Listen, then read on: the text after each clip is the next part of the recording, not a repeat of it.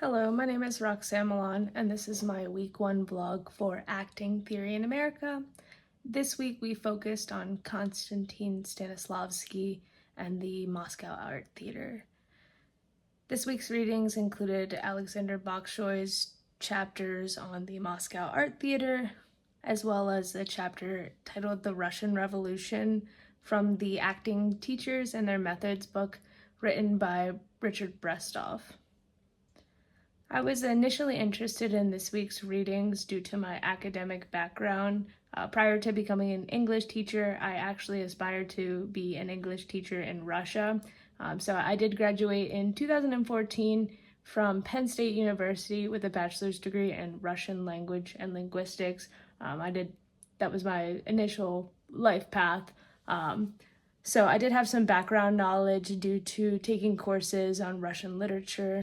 Both readings discuss the Moscow Art Theater's beginnings, naming the successes being the partnership of Vladimir Danchenko and Konstantin Stanislavski, and their very interesting veto power that they had granted each other, as well as the grand productions. As a technical director myself, I found that part particularly interesting, just the use of scenery and the realism, the naturalism that they brought to the theater for the first time ever. And then the dedicated company, and just the way that they changed the treatment of actors for the first time in the art form. Both of the readings also discuss Chekhov's works and how they were successful in the Moscow Art Theater. A lot of the credit for that is given to Danchenko, who truly believed in those plays, but I did find this part particularly interesting due to my coursework.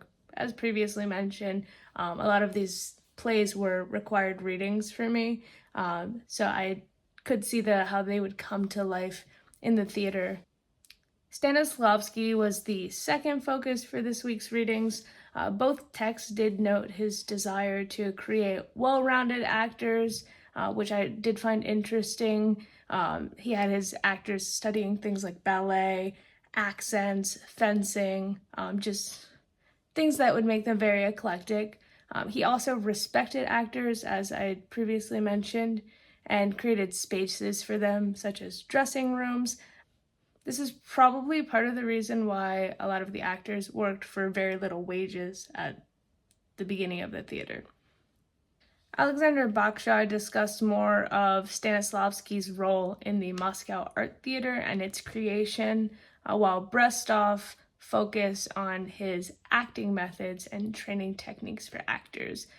His system was truly a lifelong work that evolved until the day that he died. He really learned throughout his life. He theorized and he adopted new techniques.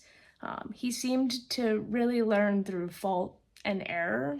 Still, his inner and outer technique is worth studying. He identified things such as imagination and concentration that are needed for acting, amongst many other things.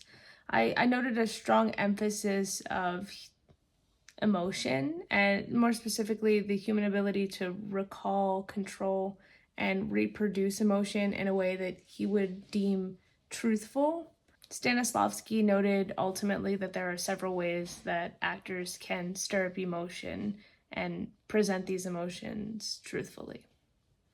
Those are my thoughts on this week. Thank you.